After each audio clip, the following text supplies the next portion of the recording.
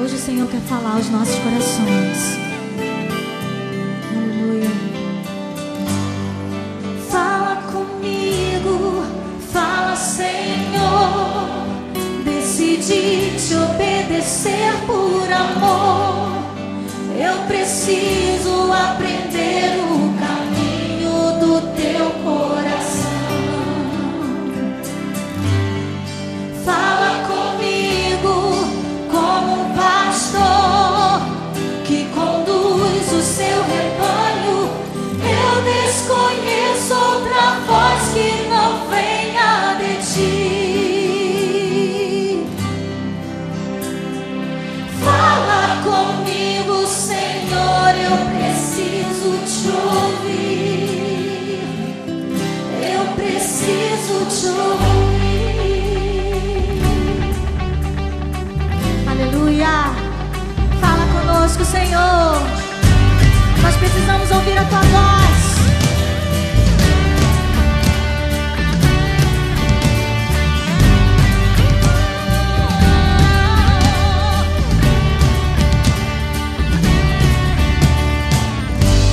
Sei que me falas através de um irmão.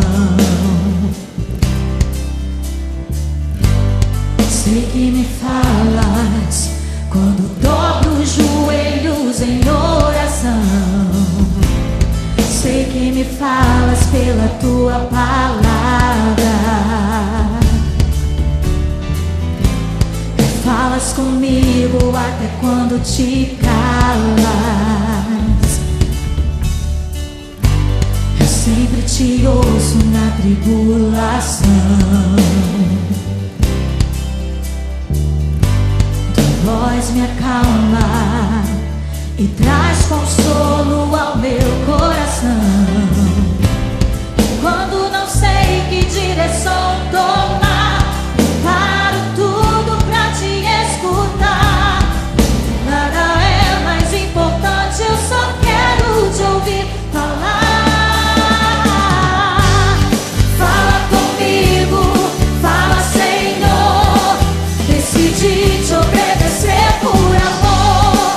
Eu preciso aprender o caminho do teu coração. Fala comigo como um pastor que conduz o seu rebanho. Eu desconheço outra voz que não venha de ti.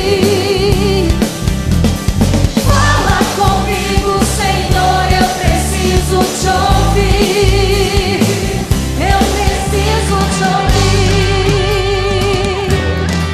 Eu preciso, Senhor. Sempre te ouço na tribulação. Tua voz me acalma e traz consolo ao meu coração.